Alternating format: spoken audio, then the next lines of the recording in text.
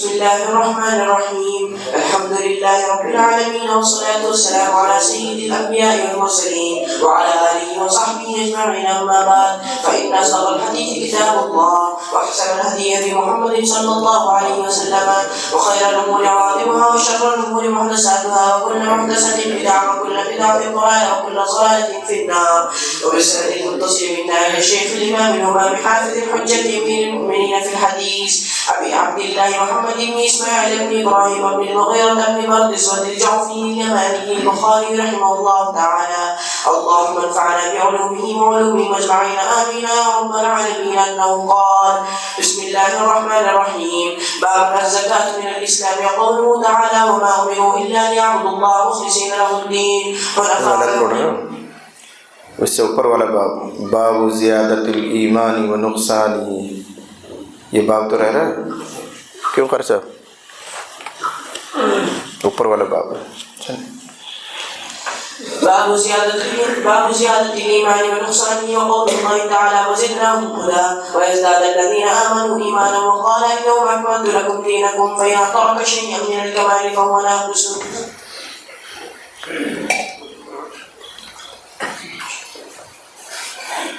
بسم اللہ الرحمن الرحیم. الحمد للہ رب العالمین، والصلاة والسلام على سید المرسلین وعلى آلہ واصحابہ اجمعین. باب زیادت الایمان ونقصانہ. وقول اللہ تعالی: وزدناہم ہدی ویزداد الذین آمنوا ایمانا وقال اليوم اکملت لکم دینکم فإذا ترك شيئا من الكمال فهو ناقص. بزرگوں اور بھائیوں، پردہ نشین ہماری مائیں اور بہنیں، جہاں کتاب الایمان شروع ہوئی تھی وہاں پر امام بخاری علیہ الرحمہ نے 2 دعوے کیے تھے اور وہاں وضاحت بھی کی گئی تھی. پہلا دعویٰ یہ تھا کہ ایمان مرکب ہوتا ہے، بہت سے اجزاء سے مل کر بنتا ہے. یہ امام بخاری علیہ الرحمہ کا دعویٰ تھا. جبکہ احناف اس کے قائل ہیں کہ ایمان بسیط ہے، مفرد ہے، ذو اجزاء نہیں ہے. اب تک یہ بحث چل رہی تھی اور یہ پوری ہو گئی. دوسرا دعویٰ وہاں پر امام بخاری علیہ الرحمہ نے یہ فرمایا تھا: الایمان یزید و ینقص. وہاں الفاظ اس طرح: ایمان بڑھتا گھٹتا ہے، کم زیادہ ہوتا ہے. اسی دعوے کو اب لفظ بدل کر یہاں دوبارہ ذکر فرما رہے ہیں اور پھر اس کے تعلق سے دلیل لے کر آ رہے ہیں. عنوان کا حاصل یہ ہے کہ ایمان میں کمی بیشی ہوتی ہے. باب زیادت الایمان و نقصانہ. اس کا مطلب ہوا ایمان میں کمی بیشی ہوتی ہے، ایمان کم بھی ہوتا ہے، زیادہ بھی ہوتا ہے.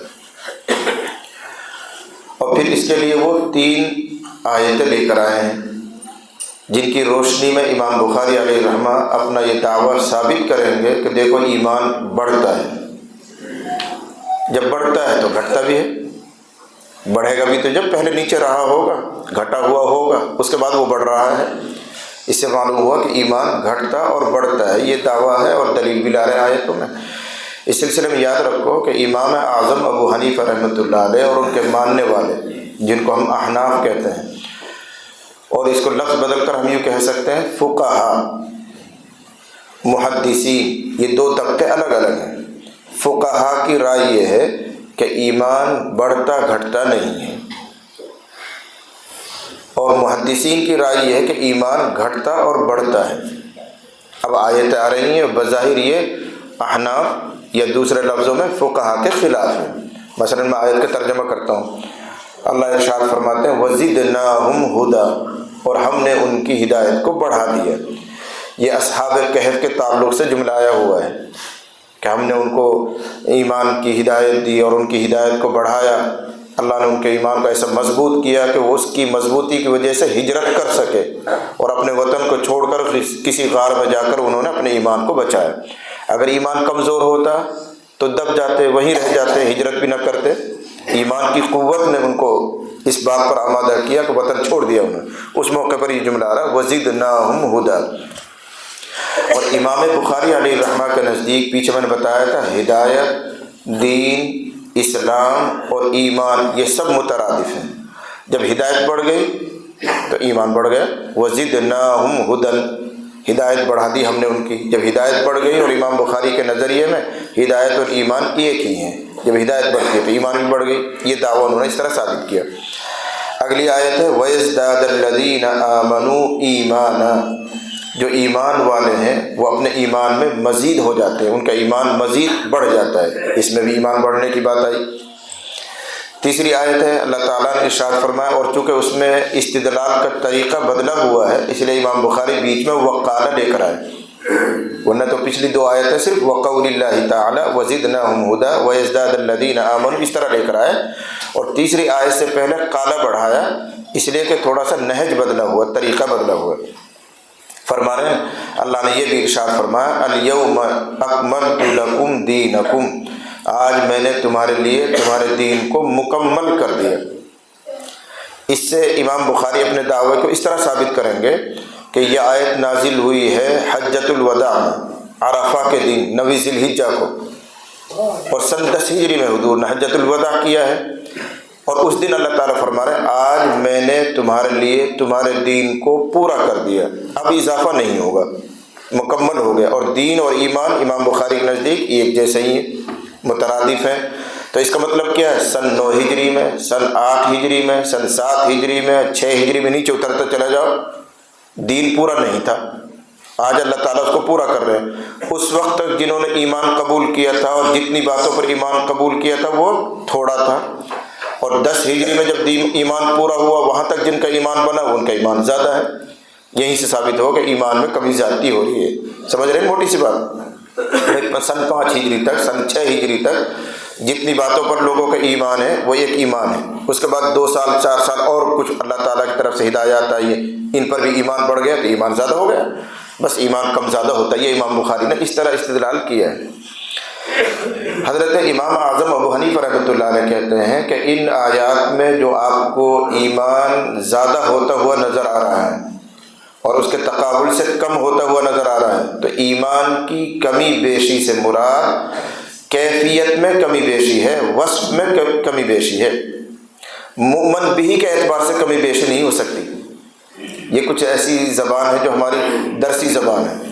مؤمن بھی کے مطلب جن چیزوں پر ایمان لایا جاتا ہے ان کے اعتبار سے ایمان کم زیادہ نہیں ہو سکتا. اگر کم ہوگا ایک جز میں بھی تو ایمان ہی نہیں رہے گا، وہ آدمی کافر ہو جائے گا. مثلا فرض کرو کہ 25 عقیدہ، ایک مثال دے رہا ہوں میں، تو ایک 25 عقیدے ہیں جن پر ایمان ٹھوس رکھنا ضروری ہے. اگر کوئی آدمی 24 باتوں کو مانتا ہے لیکن 25ویں بات نہیں مانتا تو وہ کافر ہے. وہاں تو ایمان معدوم ہو جائے گا، کم نہیں ہوگا. کم زیادہ ہونے کا مطلب یہ ہے کہ ایمان باقی رہے لیکن اس دوسرے کے مقابلے میں میرا ایمان کم ہے، اس کا ایمان کم ہے، میرا ایمان تھوڑا سا فالتو ہے، فلاں کا فالتو ہے. اگر ایک بھی جز پر آدمی کا ایمان نہیں رہے گا وہاں تو ایمان معدوم ہو جائے گا، کم نہیں ہوگا، ختم ہی ہو جائے گا. تمام جزیات پر، تمام مؤمن بھی پر ایمان لانا بیک وقت ضروری ہے. جیسے آمنت باللہ و ملائکتہ و کتبہ، اس میں ایمان مفصل کا بیان آتا ہے، 7 چیزوں کا بیان آتا ہے. 7 کی 7 ماننی ضروری ہیں. اگر کوئی 6 باتوں کو مکمل مانتا ہے، پختگی کے ساتھ مانتا ہے، 7ویں بات نہیں مانتا ہے تو یوں نہیں کہیں گے کہ ایمان گھٹ گیا، بلکہ یوں کہیں گے کہ ایمان ختم ہو گیا. ہم اس پر کفر کا حکم لگا دیتے ہیں. تو یہ جو کمی بیشی آپ کو نظر آ رہی ہے یہ مؤمن بھی کے اعتبار سے کمی بیشی نہیں ہے بلکہ وصف کے اعتبار سے ہے، صفت کے اعتبار سے. فلاں آدمی کا ایمان بڑا مضبوط ہے، اس کے مقابلے میں دوسرا آدمی کا ایمان تھوڑا سا کمزور ہے. چیز سب کی سب ماننی پڑے گی لیکن قوت میں فرق ہے، قوت میں فرق ہے. اس کا ایمان بڑا قوی ہے. جیسے ایک مثال میں نے پہلے بھی دی تھی، حضرت جبرائیل کا ایمان بھی انہی باتوں پر ہے جن باتوں پر ہمارا ایمان ہے. لیکن جبرائیل امین کا جو ایمان قوی رہا ہوگا تو اس کا کیا کہنا، اس قوت اور اس درجے کا ایمان ہمارا اور آپ کا نہیں ہے. دوسری مثال اور نیچے آ جاؤ، حضرات صحابہ کرام کا بھی انہی باتوں پر ایمان ہے جن باتوں پر ہمارا ایمان ہے. تو مؤمن بھی کے اعتبار سے، تعداد کے اعتبار سے، کمیت کے اعتبار سے ان کا اور ہمارا ایمان ایک جیسا. مثال طور پر 7 باتوں پر ان کا بھی عقیدہ ہے، 7 باتوں پر ہمارا بھی عقیدہ ہے، لیکن ان کا یقین جس لیول کا رہا ہوگا اس لیول کا ہمارا نہیں. یہ جو ضعف نظر آ رہا ہے آپ کو، جو کمی زیادتی نظر آ رہی ہے، یہ صفت میں ہے، تعداد میں نہیں، کمیت میں نہیں. تو امام اعظم ابو حنیفہ رحمۃ اللہ علیہ کی جو رائے ہے کہ ایمان گھٹتا بڑھتا نہیں، یعنی بے اعتبار کمیت، مقدار کے اعتبار سے، جزئیات کے اعتبار سے گھٹ بڑھ نہیں سکتا، سب پر بیک وقت ایمان رکھنا ضروری ہے۔ کسی ایک چیز کا بھی آدمی انکار کرے تو کافر ہو جاتا ہے، وہاں ایمان معدوم ہو جاتا ہے۔ اب جن آیتوں میں آپ کو نظر آ رہا ہے کہ ایمان بڑھ گیا، ایمان بڑھ گیا، ایمان بڑھ گیا، ان سے مراد کیفیات کا بڑھنا، جوش پیدا ہونا، قوت کا بڑھ جانا، یہ مراد ہے۔ ہاں البتہ وَيَزْدَادَ الَّذِينَ آمَنُوا ایمانًا میں یہاں کمیت کے اعتبار سے ایمان بڑھنا مراد ہے، اور اس سے مراد یہ ہے کہ اللہ تعالیٰ نے پہلے کچھ باتوں پر ایمان لانے کا حکم دیا، ان پر لیا ہے، پھر اللہ تعالیٰ کی طرف سے کچھ آیات اتری، پھر ان پر ایمان لائے، پھر اور اللہ تعالیٰ کی طرف سے حکم آیا، ان پر ایمان لائے، یوں ایمان بڑھتا گیا۔ لیکن سن 10 ہجری میں اب دین پورا ہو گیا، اب اس میں کوئی اضافے کا امکان نہیں، اب قیامت تک کے لیے سب کا ایمان ایک جیسا۔ اس لیے حضرت امام اعظم ابو حنیفہ رحمۃ اللہ علیہ کی ایک قول مشہور ہے، ایمانی کا ایمانی جبرائیل، ایمانی کا ایمانی جبرائیل، میرا ایمان جبرائیل کے ایمان کی طرح ہے، یعنی جتنی باتوں کو جبرائیل امین مانتے ہیں اتنی باتوں کو میں مانتا ہوں۔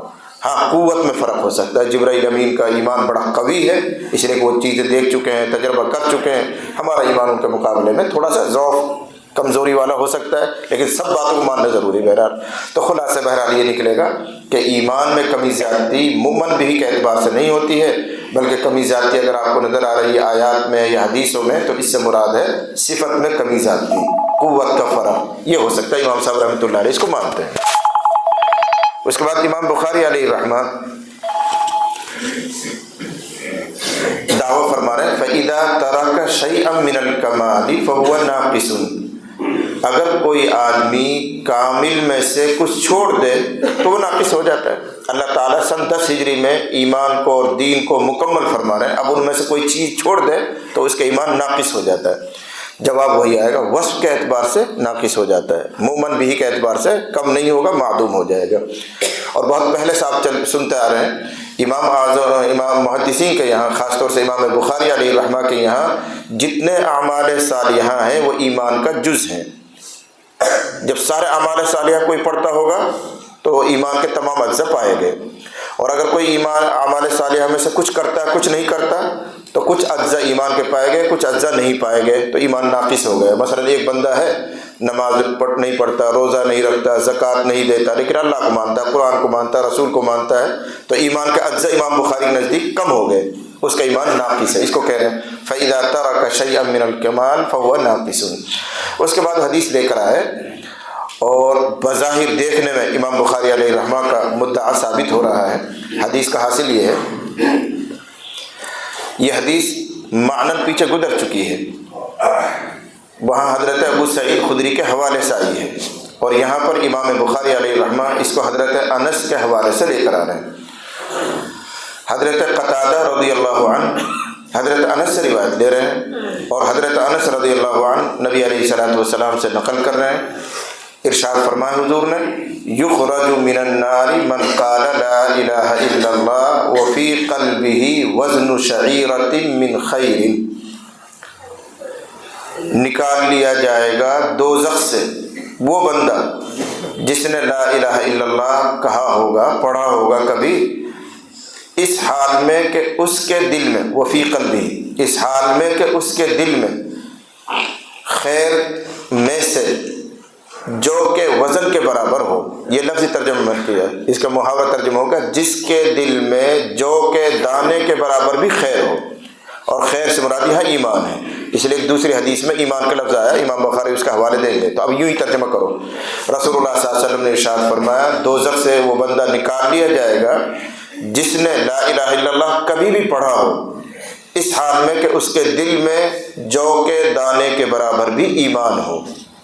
اگلا جملہ سنو، وَيُخْرَجُ مِنَ النَّارِ، اور نکال لیا جائے گا دوزخ سے من، وہ شخص بھی جس نے لا الہ الا اللہ پڑھا یا کہا، وفی قلبہ، اور اس کے دل میں وزن برۃ من خیر، گیہوں کے دانے کے برابر ایمان ہو۔ پہلے جو کا دانہ، اب دوسرا جزارہ گیہوں کا دانہ، اور دور نبوت کے اعتبار سے یہ مثال دی۔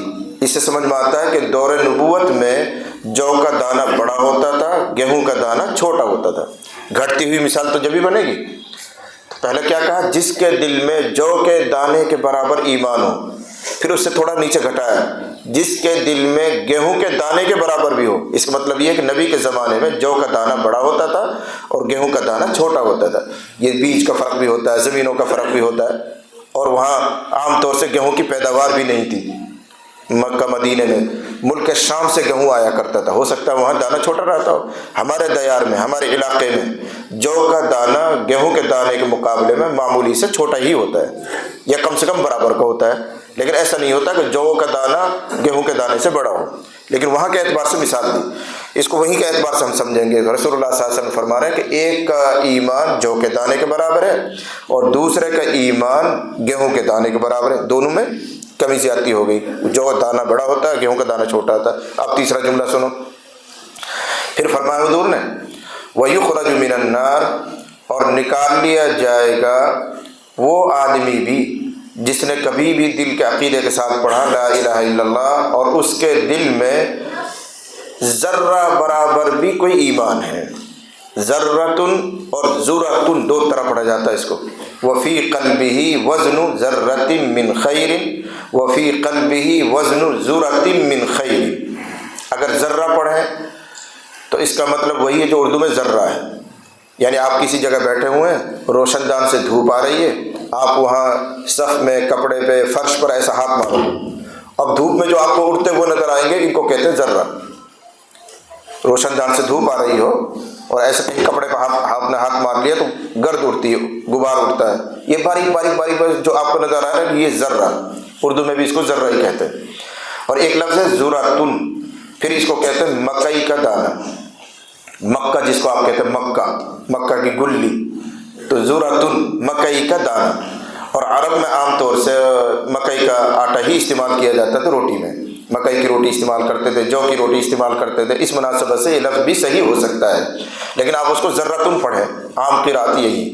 اب ترتیب کیا بنے گی کہ پیغمبر یہ ارشاد فرما رہے ہیں کہ جس بندے نے کبھی لا الہ الا اللہ محمد الرسول اللہ یعنی کلمہ طیبہ پڑھا، چاہے اس کے دل میں جو کے برابر ایمان ہو، یا گیہوں کے دانے کے برابر ایمان ہو، یا ذرے کے برابر ایمان ہو، اس کی برکت سے کبھی نہ کبھی وہ دوزخ سے نکال لیا جائے گا۔ یہ تو ہے حدیث کا حاصل، لیکن آپ ترتیب دیکھیں، جو کے دانے کے برابر ہو، یا گیہوں کے دانے کے برابر ہو، یا ذرے کے برابر ہو، معلوم ہو کہ ایمان کم زیادہ ہوتا ہے۔ تبھی رسول اللہ نے یہ نیچے اترتی ہوئی مثالیں دی، جو کا دانہ بڑا تھا، پھر گیہوں کا دانہ اس سے چھوٹا، پھر اس کے مقابلے میں ذرہ چھوٹا، معلوم ہوا کہ ایمان کم زیادہ ہوتا ہے۔ یہ ویسے یہ دعویٰ ثابت کر دیا انہوں نے کہ دیکھو مثال میں فرق دیا حضور علیہ الصلوۃ والسلام۔ ہمارا جواب وہی ہے، مومن بھی کے اعتبار سے کمی زیادتی مراد نہیں ہے، وصف کے اعتبار سے۔ ہو سکتا ہے کسی کا ایمان قوت میں بہت زیادہ ہو، دوسرا اس کے مقابلے میں تھوڑا سا ہلکا ہو، تیسرا اس کے مقابلے میں قوت میں، صفت میں اس سے ہلکا ہو۔ یہ جو آپ کو کمی نظر آ رہی ہے، گھٹتا ہوا نظر آ رہا ہے، یہ وصف میں گھٹنا مراد ہے، اجزاء میں گھٹنا مراد نہیں ہے۔ اگر اجزاء میں گھٹے گا تو ایمان رہے گا ہی نہیں، وہ آدمی کافر ہو جائے گا، وہ کفر کے دائرے میں داخل ہو جائے گا، اس کو ایمان کہتے ہی نہیں۔ پھر یہ تو موٹی سی بات ہے نا، اگر کوئی آدمی نماز کا انکار کیا، میں نماز کہہ رہے نماز، تو کافر ہو گیا۔ جب وہ سب کچھ کرتا ہو، سب کچھ مانتا ہو، سب کا عقیدہ مضبوط ہے، لیکن نماز کا انکار کر دیا، کافر ہے وہ۔ تو ایک جز پر بھی اگر اس کا ایمان نہیں رہے گا تو یوں نہیں کہیں گے گھٹ گیا، بلکہ یوں کہیں گے ایمان ختم ہو گیا، معدوم ہو گیا۔ یہ جو کمی نظر آ رہی ہے وصف کے اعتبار سے، اور یہ بالکل سمجھ میں آنے والی بات ہے۔ حضرات صحابہ کرام کا جیسا ایمان تھا ویسا ہمارا نہیں ہے۔ ایک اور میں حدیث سناؤں، اس سے تھوڑی سی قوت ملے گی آپ کو۔ مشکات کے اخیر میں ایک روایت آتی ہے، حضرت صلی اللہ علیہ وسلم نے صحابہ سے پوچھا تمہارے نزدیک کن کا ایمان حیرت ناک ہے، تعجب خیز ہے، کس کے ایمان سے تم لوگ حیرت میں پڑتے ہو، بھائی ان کا ایمان تو بڑا مضبوط ہے، بڑا قوی ہے، کس کا ایمان تمہارے نزدیک حیرت ناک ہے؟ صحابہ نے عرض کیا کہ ہمارے نزدیک فرشتوں کا ایمان حیرت ناک ہے، تعجب خیز ہے، ان جیسا کسی کا نہیں ہو سکتا۔ تو پیغمبر صلی اللہ علیہ وسلم نے ارشاد فرمایا اگر ان کا ایمان تعجب خیز ہے تو کیا کمال کی بات ہے، ان کا ایمان تو ایسا ہونا ہی چاہیے۔ وہ اللہ کے پاس ہیں، اپنی آنکھوں سے مشاہدہ کر رہے ہیں، عالم بالا کی ساری چیزیں ان کے سامنے ہیں، جتنا غیب ہمارے سامنے اتنا غیب ان کے سامنے نہیں ہے۔ فرق سمجھ رہے ہیں نا؟ ہم نے تو نہ آسمان سے اوپر کوئی چیز دیکھی، نہ عرش دیکھا، نہ کرسی دیکھی، نہ وہاں کی دنیا دیکھی، پھر بھی ہم مانتے ہیں۔ تو ان کے سامنے اتنا غیب نہیں جتنا ہمارے سامنے ہے۔ اب اگر ان کا ایمان قوی اور مضبوط ہے تو تعجب کی کیا بات ہے، ان کا ایمان تو ایسا ہی ہونا چاہیے۔ اس کے بعد بتاؤ کہ کس کا ایمان تمہیں بہت عجیب لگتا ہے۔ صحابہ نے کہا جی پھر اس کے بعد اگر کسی کا ایمان قوی ہو سکتا ہے، تعجب والا ہو سکتا ہے، تو انبیاء علیہ السلام کا ایمان۔ فرمایا اگر ان کا ایمان مضبوط نہیں ہوگا، قوی نہیں ہوگا، تو اور کس کا ہوگا؟ ان پہ تو وحی اترتی ہے، جبرائیل امین کی ان سے ملاقات ہوتی رہتی ہے، کچھ نہ کچھ ان کے سامنے مشاہدہ ہوتا رہتا ہے۔ ان کا اگر ایمان ایسا مضبوط ہے تو کیا تعجب کی بات ہے؟ اور بتاؤ۔ صحابہ نے کہا جی پھر تو ہم ہی رہیں گے، پھر تو ہمارا ایمان تعجب خیز ہے، اور تو کسی کا اتنا مضبوط نہیں ہو سکتا۔ فرمایا اگر تمہارا ایمان قوی ہے تو ہونا ہی چاہیے، اس میں تعجب کی کیا بات ہے؟ وَمَا لَكُمْ لَا تُؤْمِنُونَ، اس لیے کہ تم مجھے دیکھ رہے ہو، میرے معجزات کو دیکھ رہے ہو، میرے اخلاق کو دیکھ رہے ہو، مجھ پر اترنے والی وحی کو دیکھ رہے ہو۔ اگر تمہارا ایمان تعجب خیز نہیں ہوگا تو اور کس کا ہوگا؟ دیکھو فرق محسوس ہو رہا ہے آپ کو؟ جبرائیل اور فرشتوں کے ایمان قوی ہے اور رسول اللہ مان رہے ہیں، ہونا ہی چاہیے قوی۔ پھر ان کے بعد انبیاء کا ایمان قوی ہے اور ان کا ایمان قوی ہی ہونا چاہیے، اس لیے کچھ مشاہدات ان کے سامنے ہیں۔ صحابہ کا پھر ہمارا قوی ہے تو تیسرے نمبر پہ کہنے لگے کیا تعجب کی بات ہے، تم مجھے دیکھ رہے ہو، جبرائیل میرے پاس آتے اس کو بھی تم دیکھ لیتے ہو کبھی کبھی، وہی تمہارے سامنے اتر رہی ہے، معجزات تمہارے سامنے۔ کہنے لگے جی پھر آپ ہی بتا دیجیے اور کون ہے، ہمارے سب دماغ تو بند ہو گئی کھڑکیاں، آگے سمجھ میں نہیں آتا اور کس کا ایمان تعجب خیز ہو سکتا ہے۔ تو قربان جائیے رسول اللہ صلی اللہ علیہ وسلم کی شفقت پر اور رحمت پر۔ فرمایا ان لوگوں کا ایمان تعجب خیز ہے جو میرے بعد پیدا ہوں گے اور بن دیکھے مجھ پر ایمان لائیں، یعنی آپ کی تعریف فرمائی، قیامت تک آنے والے ایمان والوں کی تعریف فرمائی۔ انہوں نے کچھ نہیں دیکھا اپنے آنکھوں سے، نہ نبی کو دیکھا، نہ قرآن اترتے ہوئے دیکھا، نہ جبرائیل کو دیکھا، نہ عالم بالا کی کوئی چیز دیکھی۔ ہمارے نزدیک سب غیب ہی غیب ہے، جتنا غیب ہمارے سامنے ہے اتنا غیب صحابہ کے سامنے نہیں تھا، جتنا صحابہ کے سامنے تھا اتنا غیب انبیاء کے سامنے نہیں تھا، اور جتنا غیب انبیاء کے سامنے تھا اتنا فرشتوں کے سامنے نہیں تھا۔ تو جن کا غیب پر ایمان زیادہ ہے ان کا ایمان تعجب خیز ہے، اس اعتبار سے حضور نے فرمایا۔ لیکن یہاں غور کرو، امام اعظم ابو حنیفہ رحمۃ اللہ علیہ کی دلیل آپ کو ملے گی۔ یہاں جو ایمان کا فرق نظر آ رہا ہے وہ وصف کے اعتبار سے فرق ہے، مومن بھی کے اعتبار سے نہیں۔ مومن بھی جن چیزوں پر ایمان لایا جاتا ہے ان سب کا ایمان جبرائیل کا بھی تھا، فرشتوں کا بھی تھا، ان سب پر ایمان نبیوں کا بھی تھا، ان سب پر ایمان صحابہ کا بھی تھا، ان سب پر ایمان ہمارا بھی ہے۔ یہ جو فرق نظر آیا آپ کو یہ کس چیز کا؟ غیب کی وجہ سے، وصف کی وجہ سے سمجھ میں آیا، ذات کی وجہ سے نہیں۔ یہی امام اعظم رحمۃ اللہ علیہ کا مدعا ہے۔ بہرحال امام بخاری علیہ رحمہ اس حدیث کو لے کر آیا اور سمجھانے کی کوشش کی، جو کہ ان کا ایک نظریہ ہے، اس کے اعتبار سے وہ حدیث لے کر آیا۔ حدیث سے معلوم ہو رہا ہے ایمان میں فرق ہوتا ہے، کوئی ایمان والا ایسا جس کا ایمان جو کے دانے کے برابر ہے، کوئی ایمان والا ایسا جس کا ایمان گیہوں کے دانے کے برابر، کوئی ایسا جس کا ایمان ذرے کے برابر۔ دیکھو جی کم زیادہ ہو رہا ہے۔ اور حدیث کا خلاصہ ہمارے اور آپ کے لیے یہ ہے کہ جس نے کبھی بھی کلمہ طیبہ عقیدے کی تصحیح کے ساتھ ایک مرتبہ بھی پڑھ لیا ہوگا، اللہ دیر سویر کبھی نہ کبھی اس کلمے کی برکت سے اس کو دوزخ سے نکال لیں گے۔ اور ایسے بھی لوگ ہوں گے کہ فرشتوں نے زور لگا لیے، انبیاء نے زور لگا لیا، پیغمبر صلی اللہ علیہ وسلم نے زور لگا لیا، اور ان کے خیال کے اعتبار سے اب دوزخ میں کوئی کافر نہیں ہے، تو کوئی مومن نہیں ہے، سب نکل کر باہر آ گئے، سب جنت چلے گئے۔ اب اللہ تعالیٰ ارشاد فرمائیں گے اب میری باری ہے، تم نے سب نے زور لگا لیا اور ڈھونڈ ڈھونڈ کے تم نے نکال لیا، لیکن اب بھی کچھ بندے ایسے ہیں جن کے بارے میں ہی جانتا ہوں، دوسرا کوئی نہیں جانتا۔ پھر اللہ تعالیٰ مٹھی بھر کے کوئلہ نکالیں گے۔ یہ کوئلے وہ ہیں جو انسان جل کر کوئلے ہو گئے تھے، ان کو نکالیں گے، پھر ان کو نہر حیات میں ڈالیں گے، وہ اگیں گے، وہ زندہ ہو جائیں گے، جن کو پھر اللہ تعالیٰ جنت پر ڈالے۔ ان کے بارے میں کسی کو پتہ ہی نہیں تھا کہ ان کے پاس ایمان بھی ہے۔ یہ وہی ہیں جنہوں نے دل سے کبھی مان لیا تھا کہ اللہ ایک ہے، واحد ہے، لا شریک لہ ہے، عقیدہ ان کا صحیح ہو گیا ہے، چاہے ایک بھی نماز نہ پڑھی ہو پھر بھی وہ جنت میں چلے جائیں گے، نکل کر آ جائیں گے باہر۔ یہ حدیث کا حاصل ہے جی۔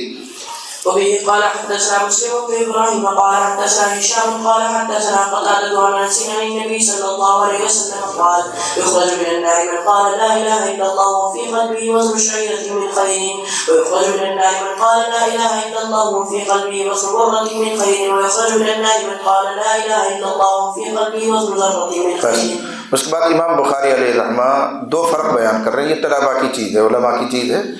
اوپر سند میں آپ دیکھیں گے قال حدثنا ہشام قال حدثنا قتادة عن انس، حضرت قتادہ نے حضرت انس سے جب حدیث لی تو وہاں تحدیث کی وضاحت نہیں کی کہ مجھے بیان کیا انہوں نے یا میں نے ان سے سنا، ایسا نہیں، عن کے ذریعے لفظ لا رہے، حدث قال قتادہ عن انس، دیکھ رہا ہے نا آپ سند میں دیکھیں گے تو وہاں فرق نظر آئے گا. حدثنا قتادہ عن انس، حضرت قتادہ انس سے لے رہے ہیں، واسطے سے لے رہے ہیں، بغیر واسطے کے لے رہے ہیں، ڈائریکٹ سنا تھا، ایسی کوئی وضاحت نہیں کی.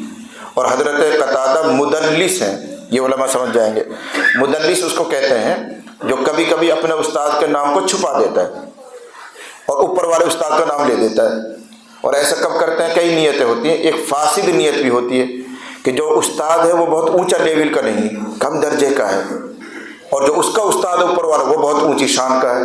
تو کبھی کبھی راوی ایسا کرتا ہے، بیچ میں وہ اپنے استاد کا نام چھپا دیتا ہے، اوپر والے استاد کا نام لیتا ہے جب میری حدیث کی اہمیت بن جائے، بھائی اتنی اونچی حدیث کی سنائی، فلاں استاد کے حوالے سے سنائی.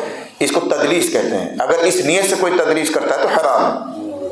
کبھی کبھی اختصار کے لیے بھی کرتے ہیں.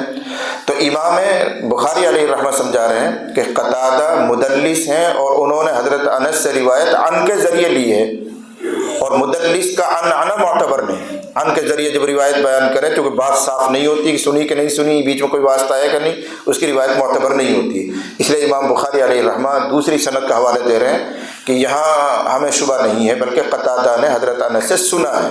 اس لیے کہ حضرت قتادہ نے دوسری سند میں حدثنا صاف صاف کہہ رکھا ہے. اس حدثنا کو بیان کرنے کے لیے دوسری سند شروع کی. قال ابو عبداللہ، امام بخاری کی یہ کنیت. امام بخاری فرماتے ہیں قال ابان نے کہا حدثنا قتادہ قال حدثنا انس. فرق ہو گیا نا، یہاں قتادہ کے بعد حدثنا موجود ہے. قتادہ کہہ رہا ہمیں بیان کیا، اب کوئی شبہ نہیں رہا، یعنی بیچ میں کوئی استاد نہیں، ڈائریکٹ انہوں نے حضرت انس سے سنا. اس فرق کو بیان کرنے کے لیے عبارت پڑھائی. اس کے بعد ہے عن النبی صلی اللہ علیہ وسلم من ایمان مکان خیر. اوپر کی روایت میں آ رہا تھا جس کے دل میں ذرہ برابر خیر ہو، جس کے دل میں گیہوں کے دانے کے برابر خیر ہو. اس خیر سے کیا مراد؟ ابان نے جب یہ حدیث بیان کی تو انہوں نے خیر کے بجائے ایمان کا لفظ استعمال کیا. معلوم ہوا کہ وہاں خیر ایمان کے معنی میں. اس وضاحت کے لیے بھی یہ لفظ بڑھا ہے. جی. قال ابو عبد الله قال ابان حدثنا قتادة حدثنا انس عن النبي صلى الله عليه وسلم من ايمان مكان خير. اس کے بعد ایک دوسری حدیث لا رہے ہیں امام بخاری علیہ الرحمہ. اس کا حاصل یہ ہے ایک یہودی عالم حضرت عمر رضی اللہ تعالیٰ عنہ کے پاس آیا اور کہنے لگا اے امیر المؤمنین، آپ کی کتاب میں ایک ایسی آیت ہے جس کو آپ رات دن پڑھتے ہیں، مسلمان پڑھتے ہیں، لیکن اس پر تمہیں جیسی خوشی منانی چاہیے تھی ویسی خوشی تم لوگ مناتے نہیں. پڑھتے ضرور ہو، تلاوتیں کرتے ہو اس آیت کی، لیکن اگر وہ آیت ہمارے یہاں اتری ہوئی ہوتی تو ہم اس دن کو عید کا دن بنا لیتے، جشن بناتے، خوب خوشیاں مناتے. اور تمہارے یہاں ایسی آیت موجود ہے اور پھر تم اس کی قدر نہیں کرتے جیسی قدر کرنی چاہیے، جیسی تمہیں خوشی منانی چاہیے. حضرت عمر رضی اللہ تعالیٰ عنہ حیران ہوئے، بھائی وہ کون سی آیت ہے؟ تو انہوں نے کہا دیکھو تمہارا قرآن میں یہ ہے الیوم اکملت لکم دینکم واتممت علیکم نعمتی ورضیت لکم الاسلام دینا. اس میں اللہ تعالیٰ نے اتنا بڑا فضل فرمایا کہ دین کی تکمیل کا اعلان کر دیا کہ کامل دین یہ. ایسی کوئی آیت ہمارے پاس ہوئی ہوتی تو ہم خوشیاں مناتے، اس دن کو ہم عید کا دن بنا لیتے. یہ وہ یہودی عالم کہہ رہا. حضرت عمر رضی اللہ تعالیٰ عنہ فرمایا مجھے اچھی طرح یاد ہے کہ یہ آیت کہاں اتری تھی اور کس دن میں اتری تھی اور کس کیفیت کے ساتھ اتری. پھر جواب دیا یہ 9 ذی الحجہ کو اتری تھی، میدان عرفات میں نازل ہوئی تھی، اور اس دن رسول اللہ صلی اللہ علیہ وسلم میدان عرفات میں کھڑے ہوئے تھے، اور اتفاق سے وہ جمعے کا دن بھی تھا. مجھے سب کچھ یاد ہے، لیکن وہ دن تو پہلے سے ہی عید کا دن ہے، ہمیں الگ سے عید منانے کی ضرورت کیا ہے؟ 9 ذی الحجہ کی بھی ایک اہمیت ہے، عرفہ کے دن کی بھی ایک اہمیت ہے، جمعے کے دن کی بھی ایک اہمیت ہے، تو ہمیں الگ سے جشن منانے کی ضرورت کیا ہے؟ وہ تو اللہ تعالیٰ کی طرف سے بنا ہوا عید کا دن ہے، خوشی کا دن ہے. اور پھر حضرت عمر یہ کہنا چاہ رہے ہیں کہ ہم وہ لوگ نہیں ہیں جو اپنی طرف سے دین میں اضافہ کریں. رسول اللہ پر اتری تھی، رسول اللہ نے اس دن کو ایسا نہیں کہا کہ آج جشن مناؤ، یا پھر ہم سے انہوں نے کہا ہوتا کہ میرے بعد تم اس دن کو ایک اہمیت دے دینا اور جشن مناتے رہنا. ہمارا جی بھی چاہتا ہے جیسا تمہارا جی چاہتا ہے، لیکن ہم وہ لوگ نہیں ہیں جو اپنی طرف سے ذرہ برابر بھی دین میں اضافہ کر دیں. جب اللہ تعالیٰ ایک طرف تکمیل کا اعلان کر رہا ہے آج تمہارا دین پورا ہو گیا، جو دین پورا ہوا تھا اس میں تو جشن منانے کی کہیں بات ہی نہیں آئی.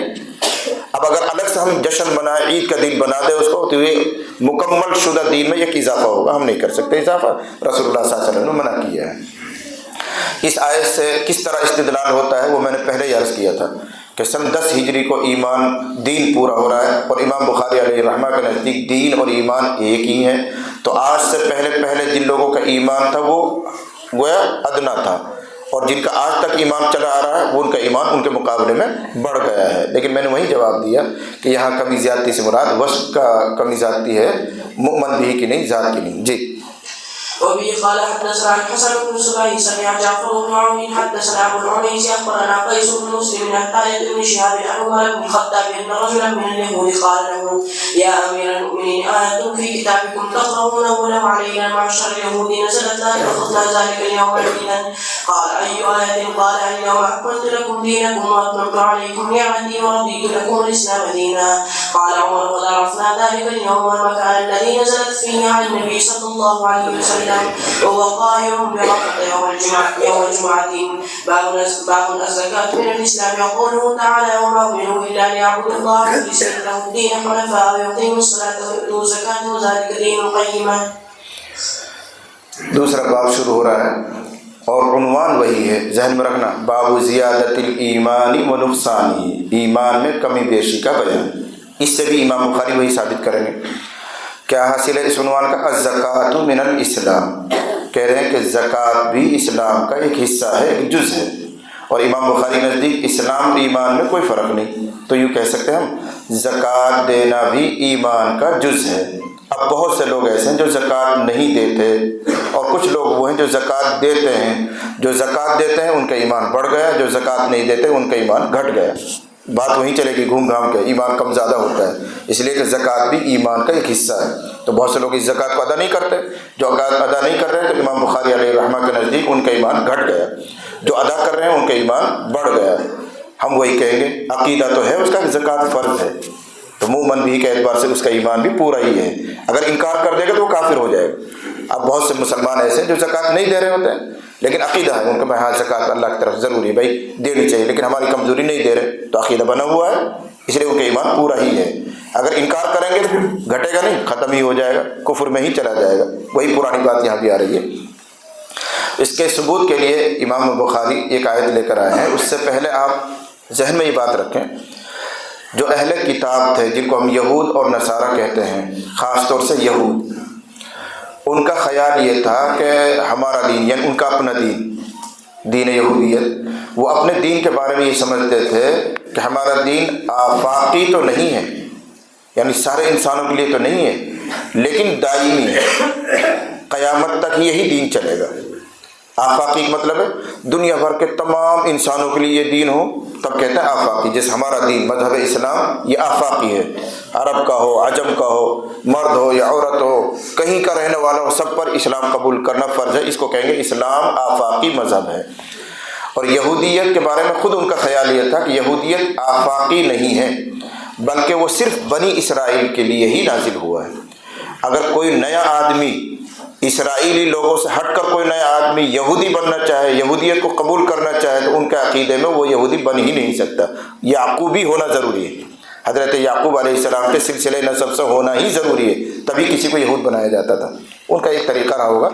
تو یہودیت کا جو مذہب ہے وہ آفاقی نہیں، لیکن ابدی ضرور ہے، دائمی ضرور ہے۔ وہ کہتے ہیں قیامت تک یہی چلے گا، یعنی چاہے محمد صلی اللہ علیہ وسلم آ گئے، ان کے ذریعے اسلام آ گیا، ہم یہودیوں پر ضروری نہیں ہے اسلام کو قبول کرنا، ہمارے لیے تو یہودیت ہی ہے، اس لیے کہ یہودیت دائمی مذہب ہے، اور ہمارے لیے یہی ہے، دنیا کا کوئی انسان یہودیت نہیں قبول کرے گا۔ یہ مطلب ہوا کہ یہودیت آفاقی تو نہیں ہے، دائمی ہے۔ اور چونکہ ہم لوگ یہودی ہیں اور یعقوبی ہیں، حضرت یعقوب علیہ السلام کے سلسلے سے بنی اسرائیل، تو ہمارے اوپر محمد رسول اللہ کی اتباع ضروری نہیں۔ اس کو ذہن میں رکھ کر اب یہ جو آیت امام بخاری نقل کر رہے ہیں اس کو سمجھیں۔ وَمَا أُمِرُوا إِلَّا لِيَعْبُدُوا اللَّهَ مُخْلِصِينَ لَهُ الدِّينَ حُنَفَاءَ وَيُقِيمُوا الصَّلَاةَ وَيُؤْتُوا الزَّكَاةَ وَذَلِكَ دِينُ الْقَيِّمَةِ۔ یہ ہمیں پارے میں پوری صورت ہے، سورہ لم یکن، اس کا حاصل یہ ہے لم یکن الذین کفروا من اہل الکتاب والمشرکین منفکین، یہ خبر ہے لم یکن کی، کہ جن لوگوں نے انکار کیا، چاہے وہ یہودی ہوں یا وہ مشرک ہوں، وہ اپنے خیالات سے رکنے والے نہیں تھے، باز آنے والے نہیں تھے، یہاں تک کہ ان کے پاس البینہ آ جائے۔ اور یہاں البینہ سے مراد ہے رسول اللہ کی ذات، اور تنوین تعظیم کیے، یہاں تک کہ ان کے پاس کوئی بڑا رسول آ جائے، یہ اس سوال کا جواب تھا کہ محمد رسول اللہ صلی اللہ علیہ وسلم کو آفاقی رسول بنا کر بھیجنے کی کیا ضرورت تھی. اس کا جواب اس لیے کہ جو کافر تھے، جو انکار کرنے والے تھے، چاہے وہ اہل کتاب میں سے ہوں یا کفر و شرک کرنے والے ہوں، وہ کبھی بھی اپنے ان خیالات سے باز آنے والے نہیں تھے یہاں تک کہ کوئی عظیم الشان رسول ان کے پاس آ جائے. اور وہ عظیم الشان رسول حضرت محمد صلی اللہ علیہ وسلم، اس لیے ان کو بھیجا گیا. اور یہ البینہ سے مراد رسول ہے، اس لیے کہ آگے عبارت خدا رہی رسول من اللہ یتلو صحفا، کیا ہے یہ صحفا مطہرہ، یہ اللہ کی طرف سے ایک عظیم الشان رسول ہے جو پاک صحیفوں کو پڑھ کر سناتے ہیں. اور یہ آگے چل کر آ رہا ہے، اور یہ اہل کتاب ہیں ان کو بھی دین دیا گیا تھا، اور ان کو صرف اس چیز کا حکم دیا گیا تھا کہ وہ خالص دین کو اللہ کے لیے مان کر اللہ کی عبادت کریں. وما امروا الا ليعبدوا الله مخلصین له الدین، حنفاء یکسو ہو کر، وَيُقِيمُ الصَّلَاةَ اور نماز قائم کریں، وَيُؤْتُوا الزَّكَاةَ زکوٰۃ دیں، وَذَلِكَ دین القیمہ اور یہی سیدھا دین ہے. اب اس میں غور کرو، جن باتوں کو اللہ تعالیٰ نے دین قیمہ کہا ہے اس میں زکوٰۃ کا تذکرہ موجود ہے. وَيُؤْتُوا الزَّكَاةَ، اور امام بخاری کی نظر میں دین اور ایمان ایک ہیں، پس مدعا ثابت ہو گیا کہ زکوٰۃ ایمان کا جز ہے. جب ایمان کا جز ہے تو کوئی تو اس جز کو قائم کر رہا ہے، کوئی اس جز کو قائم نہیں کر رہا ہے. جو کر رہا ہے اس کا ایمان زیادہ ہے، جو اس جز کو قائم نہیں کر رہا اس کا ایمان گھٹا ہوا ہے. امام بخاری کی تقریر کا حاصل یہ ہے. جی. وبه قال حدثنا اسماعيل قال حدثني مالك بن انس عن عمه ابي سهيل بن مالك عن ابيه انه سمع طلحه بن عبيد الله يقول. اب جو حدیث آ رہی ہے اس کا حاصل یہ ہے، رسول اللہ صلی اللہ علیہ وسلم نے ایک چھوٹی سی جماعت بھیجی کسی علاقے میں دعوت اسلام کے لیے، جاؤ اس قبیلے کو، فلاں قبیلے کو، فلاں گاؤں کے لوگوں کو ایمان اور اسلام کی دعوت دو. وہ جماعت وہاں گئی اور پورے قبیلے نے ان کی بات دھیان سے سنی اور ان کو باتیں سمجھ میں آئی، اور سب کا ذہن یہ بنا کہ ہمیں مسلمان ہو جانا چاہیے. لیکن وہ سمجھدار لوگ تھے، انہوں نے کہا پہلے یہ تصدیق کر لی جائے کہ جو لوگ ہمیں ایمان کی دعوت دینے آئے ہیں وہ سچ مچ نبی کے بھیجے ہوئے یا اپنی طرف سے آ گئے ہیں کہیں سے. کچھ لوگ ہو سکتا ہے یہ جھوٹ بول رہے ہوں کہ مکے میں ایک نبی ہے اس نے ہمیں بھیجا ہے، ہمیں کیا پتہ ہے کہ نہیں، مدینے میں وہ رسول ہے کہ نہیں. اس لیے پہلے تصدیق کر لی جائے. سمجھدار لوگ تھے تو انہوں نے اپنی طرف سے ایک قاصد بھیجا کہ جاؤ مدینے میں اور جا کے معلومات کرو کہ وہ نبی کون ہے. پھر اس نبی کو جا کے بتاؤ کہ فلاں فلاں ہمارے یہاں کچھ لوگ آئے ہیں، ان کا دعویٰ یہ ہے کہ ان کو آپ نے بھیجا ہے اور انہوں نے ہمیں یہ باتیں بتائی ہیں، کیا یہ آپ کی بتائی ہوئی باتیں ہیں؟ اگر وہ نبی تصدیق کر دے تب ہم مانیں گے. اس کے لیے انہوں نے ایک قاصد بھیجا جن کا نام بعض روایتوں میں زمام ابن ثعلبہ آتا ہے. یہ زمام ابن ثعلبہ مدینہ منورہ پہنچا، مسجد نبوی پہنچا اور لوگوں سے پوچھا ایکم محمد، تم میں سے محمد کون ہے؟ چونکہ اجنبی آدمی، اس نے کب دیکھا نبی کو، کبھی انہوں نے محمد کو دیکھا، کچھ دیکھا ہی نہیں تھا. مدینے میں آیا، مسجد میں گھسا، لوگ حلقہ بنا کر ایسے بیٹھے ہوئے ہیں. اب ان سے پوچھ رہا ایکم محمد، تم میں سے محمد کون ہے؟ تو لوگوں نے اشارہ کیا وہ جو سفید چہرے والے خوبصورت سے بیٹھے ہوئے ہیں حسین، وہ محمد ہیں. اب یہ وہاں سے جس مسجد کے اس دروازے سے چل رہا ہے اور نبی صلی اللہ علیہ وسلم کے پاس آ رہا ہے تو کچھ بولتا ہوا آ رہا ہے، گنگناتا ہوا آ رہا ہے. صحابہ کرام کہہ رہے ہیں نسمع دوی صوتہ، ہم اس کی آواز کی بھن بھناٹ سن رہے تھے لیکن سمجھ نہیں رہے تھے کہ یہ کیا کر رہا ہے اور کیا بول رہا ہے. یہ کیا بول رہا تھا؟ اصل میں یہ اپنی قوم کی طرف سے قاصد بن کر آیا اور کچھ سوالات مرتب کر کے آیا، مجھے اس نبی سے یہ پوچھنا، یہ پوچھنا، یہ پوچھنا. جب آدمی بڑے آدمی کے پاس جاتا ہے تو وہ گھبراتا ہے اور اس کا لگتا ہے کہ میں کہیں بھول نہ جاؤں باتوں کو، اس لیے وہ دہراتے ہوا آتا ہے، یہ پوچھنا، یہ سوال کرنا، پھر یہ سوال کرنا، پھر یہ سوال کرنا. تو وہ ان سوالات کو دہراتا ہوا چل رہا ہے آہستہ آہستہ اپنے من میں.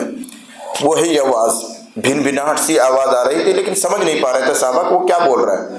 اور رسول اللہ صلی اللہ علیہ وسلم کے پاس پہنچا. اب انداز دیکھو، کہنے لگا اے پیغمبر میں آپ سے بات کروں گا اور بات کرنے میں تھوڑی سی سختی اختیار کروں گا، اس لیے کہ میں قوم دیہاتی آدمی ہوں، میں ادب ودب زیادہ جانتا وانتا نہیں. وہ بیچارہ اپنے سادگی میں کہہ رہا ہے میں بولنے میں تھوڑی سختی برتوں گا، میں ادب نہیں جانتا، میں دیہات کا آدمی ہوں، آپ ناراض نہ ہوئیے. یہ بھی تو ان کی سنجیدگی کی بات ہے. بھائی اس طرح بات چیت شروع کی اس نے. پھر اس نے اپنی بات چیت رکھی ہے، میں ان کا خلاصہ جبھی سناؤں گا جب ترجمہ کروں گا. اور پھر رسول اللہ صلی اللہ علیہ وسلم ہر ایک کے بارے میں فرماتے رہے ہاں یہ حکم میں نے دیا ہے، میرے قاصد نے یہ بات تمہیں پہنچائی، صحیح پہنچائی. پھر دوسری بات پوچھی اس نے، پھر تیسری بات پوچھی، پھر چوتھی بات پوچھی. اس میں زکوٰۃ کا تذکرہ آ رہا ہے. امام بخاری اس سے دلیل لے رہے ہیں. دیکھو ایمانیات کا وہ سوال کرنا آیا تھا اور ان میں زکوٰۃ کا تذکرہ بھی موجود ہے، بس معلوم ہوا کہ زکوٰۃ بھی ایمان کا جز ہے۔ بات پھر لوٹ کے وہیں آئے گی، کوئی اس جز کو قائم کرتا ہے، کوئی اس جز کو قائم نہیں کرتا ہے۔ جو قائم کر رہا ہے اس کا ایمان بڑھا ہوا ہے، جو قائم نہیں کرتا اس کا ایمان گھٹا ہوا ہے۔ لیکن بات ہماری طرف سے بھی وہی آئے گی، یہاں گھٹنا بڑھنا وصف میں ہے، ذات کے اعتبار سے نہیں ہو سکتا۔ زکوٰۃ ادا نہیں کر رہا ہے، اس کی دو صورت ہیں، یا تو وہ اس کا انکار ہی کرتا ہے کہ زکوٰۃ کوئی چیز نہیں ہوتی، کافر ہے، یا وہ عقیدے سے مان رہا ہے کہ بھئی زکوٰۃ فرض تو ہے لیکن میری کمزوری ایک کوتاہی عملی اعتبار سے میں ادا نہیں کر پا رہا ہوں۔ اگر عقیدہ ہے تو ایمان اس کا پورا ہے، عقیدہ نہیں ہے تو ایمان ختم ہو گیا، گھٹنا بڑھنا ہو ہی نہیں سکتا ایمان میں۔ اس لیے امام اعظم ابو حنیفہ کا دعویٰ یہ تھا ایمان بسیط ہے، ذو اجزا نہیں ہے، وہ ایک کیفیت کا نام ہے، اس میں گھٹنا بڑھنا اگر ہوتا ہے تو وہ وصف کے اعتبار سے ہوتا ہے، ذات کے اعتبار سے نہیں ہوتا ہے۔ اب میں حدیث کا ترجمہ کرتا چلوں، خلاصہ بھی سامنے آئے گا۔ حضرت طلحہ بن عبید اللہ کہہ رہے ہیں جاء رجل الی رسول اللہ صلی اللہ علیہ وسلم، ایک شخص رسول اللہ صلی اللہ علیہ وسلم کے پاس آیا، بین السطور نیچے لکھا ہوا، زمام ابن ثعلبہ اس کا نام ہے، من اہل نجد، نجد والوں میں سے۔ نجد عرب کا وہ علاقہ جو اوپری طرف مانا جاتا ہے، جیسے ہمارے یہاں کہتے ہیں پہاڑ اوپر پہاڑ نیچے، ایسے ہی عرب کا ایک علاقہ اوپر ہی ہے اور ایک نیچے والا علاقہ، جو نیچے والا علاقہ اس کو تہامہ کہتے ہیں، جو اوپری علاقہ اس کو نجد کہتے ہیں۔ ہم یوں کہہ سکتے ہیں کہ ایک آدمی آیا پہاڑ اوپر کی طرف سے، یوں کہتے ہیں، ایسے ہی وہ آدمی یہاں تعارف کروا رہا ہے کہ اہل نجد میں سے، عرب کے اوپری والے علاقے میں سے ایک آدمی آیا۔ جاء رجل الی رسول اللہ، ایک شخص رسول اللہ صلی اللہ علیہ وسلم کے پاس آیا، نجد والوں میں سے، تم سمجھ لیں کہہ لیں پہاڑ اوپر والا میں سے۔ سائر الراس، سائر الراس دو طرح سے پڑھا جاتا ہے، اعراب دونوں طرح ہے، زبر کے ساتھ پڑھیں گے تو یہ حال بن جاتا ہے، ورنہ مبتدا محذوف کی خبر مان لیتے ہیں۔ کیسا تھا وہ آدمی؟ سر کے بال بکھرے ہوئے، عرب والے بڑے بڑے بال رکھتے تھے عام طور سے، اس لیے رسول اللہ صلی اللہ علیہ وسلم نے بھی سر کے بال بڑے ہی رکھے ہیں، صرف عمرہ اور حج کے مقابلے میں موقع پر آپ نے کٹوائے ہیں، ان عام حالات میں آپ کے بڑے بڑے بال ہوتے تھے، صحابہ کے بھی حضور کے بھی۔ اور رسول اللہ صلی اللہ علیہ وسلم نے 3 طرح کے بال رکھے ہیں، وفرا، لما، جمہ۔ وفرا وہ بال جو اتنے بڑھ جائیں کہ ان کو اگر کنگھے سے سوتے ہیں تو پچھلے حصے کان کی لو سے لگ جائیں، بڑھ کر دیکھو گے بہت سے مبلغ تبلیغی لوگ جو چلہ ولہ لگا کے آتے ہیں، تھوڑی دن کے لیے گرم سے ہو جاتے ہیں وہ چلہ لگا کے، تو شوق ہوتا ہے ان کو سنتوں پر عمل کرنے کا، تو سب سے پہلی سنت یہ بڑے بڑے بال رکھیں گے اور سوتیں گے تو کان کی لو تک، یہ وہ ہے وفرا، جائز ہے، سنت مانا گیا ہے اس کو۔ اور کبھی ایسا ہوا کہ رسول اللہ صلی اللہ علیہ وسلم کو بال کٹانے کا موقع نہیں ملا، جنگ میں، جہاد میں، مشغولیات میں، تو کان کی لو سے نیچے اور کندھے سے اوپر گدی کے بیچ تک بال آ جاتے تھے، ان کو کہتے ہیں لما۔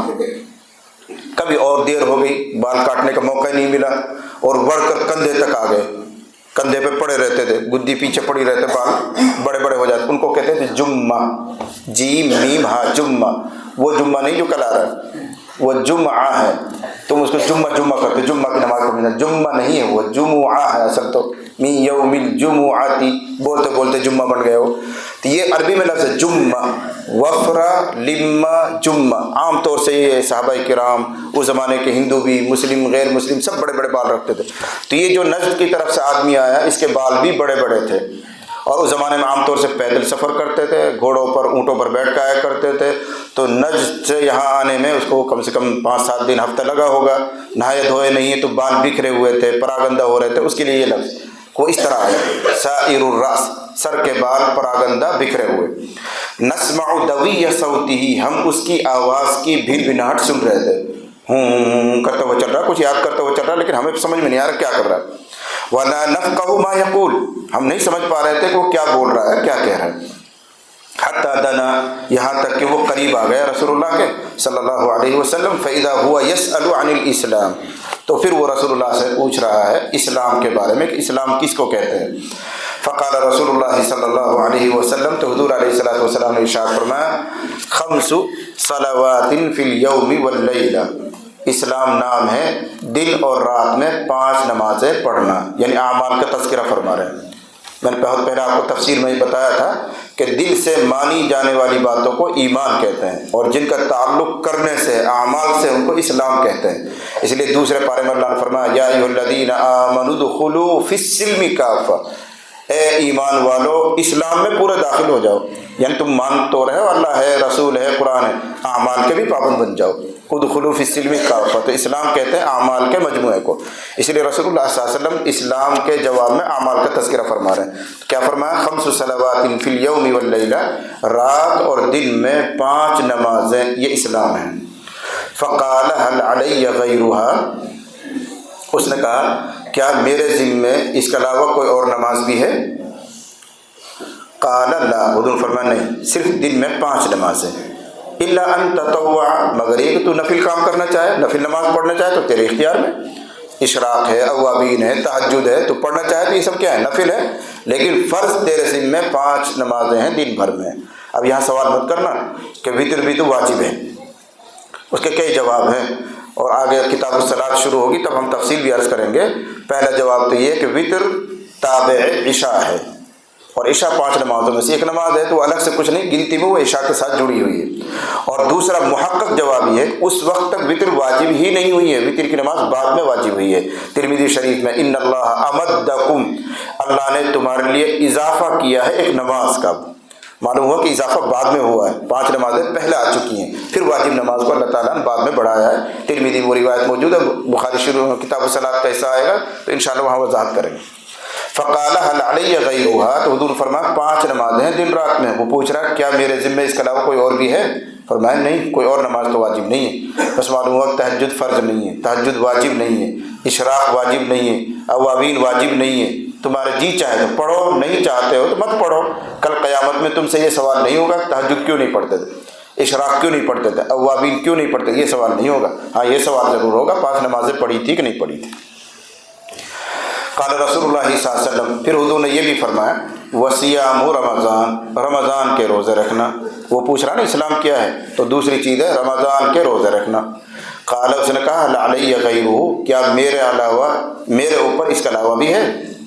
یہ صرف 1 مہینے کے روزے فرض ہیں؟ تو آپ نے فرمایا لا، اس کے علاوہ کوئی روزہ فرض نہیں ہے، بس محرم کا روزہ، شب برات کا روزہ اور ایام 20 کے روزے معلوم ہو گئے، وہ فرض نہیں ہے، ضروری نہیں ہے۔ کرو تو بہت اچھی بات، نہ کرو کوئی بات نہیں، کوئی گناہ نہیں۔ تمہارے ذمہ جو فرض ہے وہ صرف رمضان کا روزہ۔ تو حضور فرمایا لا، رمضان کے علاوہ کوئی اور روزہ تیرے ذمہ نہیں ہے، الا ان تطوع، مگر یہ کہ تو نفلی روزہ رکھے تو تیرے اختیار ہے۔ قال، راوی کہتا ہے وذکر لہ رسول اللہ صلی اللہ علیہ وسلم الزکوۃ، حضور نے اس کے سامنے زکوٰۃ کا بھی تذکرہ کیا۔ سوال کیا تھا؟ اسلام کیا ہے؟ آپ نے کہا نماز، روزہ اور زکوٰۃ۔ معلوم ہوا کہ زکوٰۃ اسلام میں ہے، اور امام بخاری نزدیک اسلام ایمان ایک ہے، پس معلوم ہوا کہ زکوٰۃ ایمان کا جز ہے۔ پھر تقریر آگے وہی ہے۔ فقال هل علی غیرها، تو وہ کہنے لگا میرے ذمہ اس کے علاوہ بھی کوئی چیز ہے مال میں سے؟ قال لا، آپ نے فرمایا نہیں، بس زکوٰۃ ہی ضروری ہے، الا ان تطوع، مگر یہ کہ تو نفل کام کرے۔ قال فادبر الرجل، یہ چند سوالات راوی نے ذکر کیے، سوالات اس کے اور بھی بہت تھے، تفصیلی روایت دوسری جگہ آئے گی، تو وہ ان سوالات کا جواب لے کر اب لوٹ رہا ہے۔ فادبر الرجل وهو یقول، پس وہ آدمی واپس ہوا اور یوں کہتا ہوا جا رہا ہے واللہ لا ازید علی ھذا ولا انقص، اللہ کی قسم میں اس پر نہ اضافہ کروں گا نہ کم کروں گا، جو چیز آپ نے بتائی ہے ان کو مکمل عمل کروں گا، اور ان میں کبھی اضافہ بھی نہیں کروں گا، کبھی گھٹاؤں گا بھی نہیں۔ تو ایک سوال ہوگا بھئی اضافے سے وہ کیوں قسم کھا رہا ہے؟ اضافہ تو کرنا چاہیے، نفل اعمال تو آدمی کو کرنا چاہیے۔ واللہ لا ازید علی ھذا، بخدا میں ان اعمال پر نہ بڑھاؤں گا نہ گھٹاؤں گا۔ اس کی بہت تقریر کی گئی ہے، لیکن جو بات بہت دل کو لگنے والی ہے وہ یہ تھی کہ وہ یہ کہنا چاہ رہا ہے میں اپنی قوم کا قاصد ہوں، جیسے جیسا آپ نے جواب دیا میں ایسے ایسے ہی پہنچا دوں گا، اس میں کوئی کمی بیش اپنی طرف سے نہیں کروں گا۔ یہ مطلب صحیح ہے اس جملے کا، واللہ لا ازید، بخدا میں اضافہ بھی نہیں کروں گا نہ گھٹاؤں گا۔ وہ عمل کی بات نہیں کہہ رہا ہے بلکہ پہنچانے کی بات کر رہا ہے۔ اللہ نے بھی جیسے جیسا آپ نے جواب دیا بے عینی ایسے پہنچا دوں گا، میں اپنی طرف سے اس میں کچھ گھٹا بڑھا نہیں کروں گا، یہ پیغام ایسے پہنچاؤں گا۔ قال رسول اللہ صلی اللہ علیہ وسلم، آپ نے فرمایا افلح ان صدق، یہ بندہ کامیاب ہو گیا اگر یہ اپنی بات میں سچا ہے، اس لیے کہ صدق ینجی، سچائی آدمی کو نجات دیتی ہے، اور پیغام کو بے عینی ایسے پہنچا دینے والا جب دوسرے کو اہمیت سے پہنچا رہا ہے تو خود بھی تو اہمیت سے عمل کرے گا۔ تو رسول اللہ صلی اللہ علیہ وسلم نے اس کے بارے میں یہ اندازہ لگایا کہ یہ مومن کامل ہے، انشاءاللہ جنت میں جائے گا، اس لیے فرمایا افلح ان صدق، کامیابی کو پہنچ گیا اگر یہ سچ بول رہا ہے۔ جی جاء رجل إلى رسول الله صلى الله عليه وسلم من أهل نجد سائر الرأس نسمع دوي صوته ولا نفقه ما يقول حتى أتنا فإذا هو يسأل عن الإسلام فقال رسول الله صلى الله عليه وسلم 5 صلوات في اليوم والليلة فقال هل علي غيرها قال لا إلا أن تطوع قال رسول الله صلى الله عليه وسلم وصيام رمضان قال هل علي غيره قال لا إلا أن تطوع قال وذكر له رسول الله صلى الله عليه وسلم الزكاة قال هل علي غيرها قال لا إلا أن تطوع قال فأدبر الرجل وهو يقول والله لا أزيد على هذا ولا أنقص قال رسول الله صلى الله عليه وسلم أفلح إن صدق. باب اتباع الجنائز من الإيمان.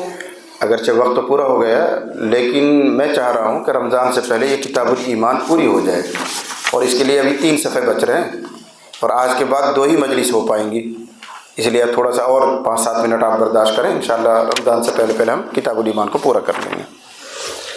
ایک باب ہے چھوٹا سا، اس کو پورا کر لیتے ہیں. کیا کہہ رہے ہیں؟ اتباع الجنائز من الایمان، جنازے کے ساتھ چلنا یہ بھی ایمانی کام ہے، ایمانی شعبہ ہے. اب بہت سے لوگ جنازے کے ساتھ چلتے ہیں، بہت سے نہیں چلتے. جو جنازے میں شریک ہو گئے چل گئے ان کا ایمان بڑھ گیا، جو نہیں گئے ان کا ایمان گھٹ گیا. مین عنوان وہی ہے، یعنی ایمان کی کمی اور زیادتی. جو ان اعمال کا پابند ہے اس کا ایمان بڑھ رہا ہے، جو ان کو نہیں کر رہا ان کا ایمان گھٹ رہا ہے. ہر جگہ وہی تقریر امام بخاری کی ہے.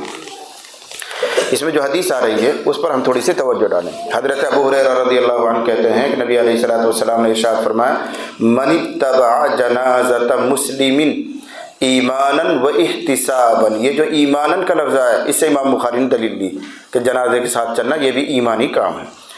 من اتبع جنازۃ مسلم، جو کسی مسلمان کے جنازے کے پیچھے چلا. اس سے معلوم ہوا کہ جنازے کے پیچھے چلنا چاہیے جیسے ہمارے یہاں معمول ہے، لیکن اس مسئلے کو تھوڑا سا ذہن میں رکھو اور تفصیل اس کی کتاب الجنائز میں آئے گی. مستقل جنازوں کو مسئلہ آئیں گے آگے چل کر انشاءاللہ. کیا کہا جا رہا ہے؟ مسلمان کے جنازے کے پیچھے جو چلا، مسئلہ یاد رکھو، جنازے کے ساتھ جو لوگ چلتے ہیں وہ اس کے دائیں، اس کے بائیں، اس کے آگے، اس کے پیچھے، چاروں طرف چل سکتے ہیں، جائز ہے. مسئلہ صرف یہ بہتر کیا ہے، دائیں طرف چلنا چاہیے یا جنازے کے بائیں طرف چلنا چاہیے یا جنازے کے آگے چلنا چاہیے یا جنازے کے پیچھے چلنا چاہیے. تو حضرت امام اعظم ابو حنیفہ رحمۃ اللہ علیہ جن کو ہم مانتے ہیں ان کی رائے ہے کہ جنازے کے پیچھے چلنا چاہیے. اسی وجہ سے ہمارے دیار میں، بر صغیر میں، ہندوستان، پاکستان، بنگلہ دیش میں طریقہ ہے کہ جنازے کے پیچھے چلتے ہیں، اس لیے کہ ان کے ماننے والے ہیں یہاں لوگ. تو امام اعظم ابو حنیفہ رحمۃ اللہ علیہ کی رائے ہے کہ بہتر ہے جنازے کے پیچھے چلیں، جنازہ لے کر چلنے والے لوگ آگے ہوں. اور امام شافعی علیہ الرحمہ کی رائے یہ ہے کہ لوگ آگے ہوں، جنازہ پیچھے ہوں. جہاں امام شافعی کو ماننے والے لوگ ہیں، کیرالہ وغیرہ میں چلے جاؤ، ان کا طریقہ یہی ہے، لوگ آگے آگے چلتے رہتے ہیں، جنازہ والے پیچھے رہتے ہیں، جنازے کی چارپائی پیچھے آتی ہے. یہاں دلیل کے بجائے نقطۂ نظر کا فرق ہے، سوچ کا فرق ہے کہ جنازے کے ساتھ لوگ کیوں چل رہے ہیں، کیوں جاتے ہیں اس کے ساتھ.